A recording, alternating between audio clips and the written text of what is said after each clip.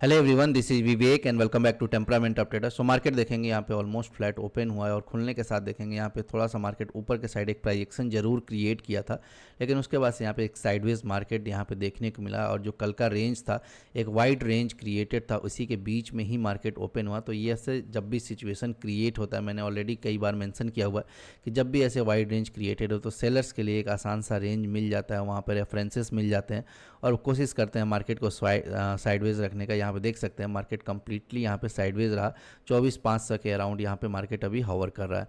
सो यहाँ पे एक कंसोलिडेशन का लेवल जरूर बना हुआ है, कुछ जियोपॉलिटिकल टेंशंस की वजह से हो सकता है मार्केट अभी कहीं डायरेक्शन नहीं ले पा रहा हो।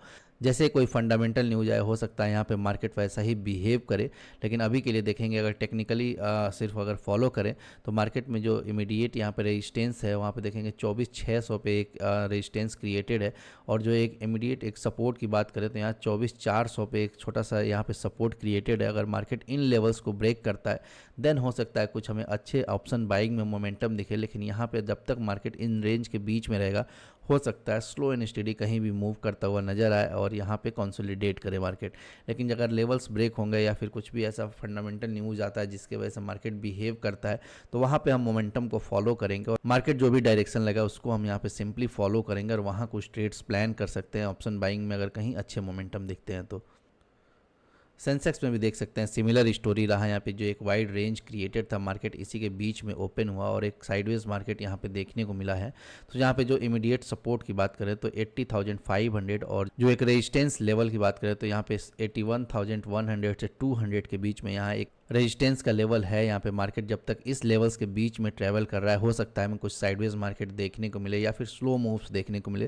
तो इस जोन में मार्केट अगर कहीं छोटे लेवल्स ब्रेक करता है या फिर इंट्राडे में कोई सपोर्ट रेजिस्टेंस क्रिएट करके उसको ब्रेक करता है तो हो सकता है हम छोटे क्वांटिटी में जाएँ यहाँ पे, क्योंकि मेजर रिस्क इस जोन में लेना थोड़ा सा रिस्की रहेगा। तो जब तक ये मेजर जोन्स नहीं ब्रेक होता है या फिर ओवाई डाटा अगर कुछ ऐसा सजेस्ट करता है कहीं स्ट्रॉन्ग बिल्डअप होता है और उसके बाद से वो एक्यूमुलेशन लेवल्स ब्रेक होते हैं, उस केस में हम ओवाई डाटा के जो सपोर्ट रेजिस्टेंस है उसको फॉलो कर सकते हैं। अदरवाइज जब तक इस रेंज में है हो सकता है थोड़ा स्लो एंड स्टेडी मूव मिले, तो यहाँ पे वैसे ही हमें अकॉर्डिंगली एक्ट करना होगा।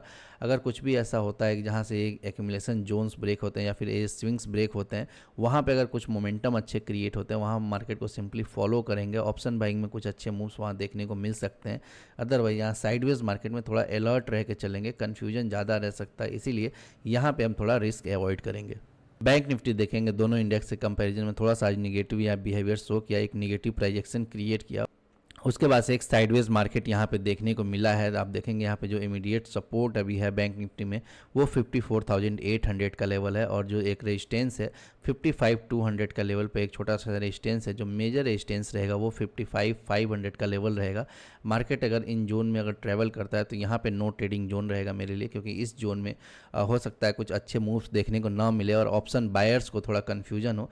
लेकिन अगर यहाँ से ये लेवल्स ब्रेक होते हैं ऊपर के साइड अगर छोटा ये रेजिस्टेंस अगर ब्रेक होता है तो हो सकता है कुछ स्लो एंड स्टेडी मोमेंटम यहाँ पे 200-300 पॉइंट का देखने को मिले। अगर नीचे के लेवल्स ब्रेक होते हैं तब जाके हो सकता है अच्छे मोमेंटम्स कुछ देखने को मिले। अदरवाइज जब तक मेजर रेजिस्टेंस नहीं ब्रेक होते तब तक हमें यहाँ पे कुछ हो सकता है अच्छे ट्रेड्स देखने को मिले। तो थोड़ा सा यहाँ पे ओआई डाटा पे नज़र बना के रखना होगा कि ओआई डाटा कैसे अभी बिल्ड हो रहा है, क्योंकि कमिंग वीक में जब भी एक्सपायरीज आएंगे उस पर हमें ओआई डाटा पे नज़र बना के रखना होगा। अगर वहाँ कुछ ऐसे एक्यूमुलेशन जोन क्रिएट होते हैं, कंसोलिडेशन अभी चल रहा है, तो जैसे ही ओआई डाटा वहाँ पे बिल्डअप होते हैं उसके अकॉर्डिंग हम थोड़ा सा ट्रेड्स प्लान कर सकते हैं अगर वहाँ पे एक्यूमुलेशन जोन ब्रेक होते हैं तो सिंपली अभी हम ओआई डाटा पे नज़र बना के रखेंगे, सिंपल स्विंग्स पे नज़र बना के रखेंगे।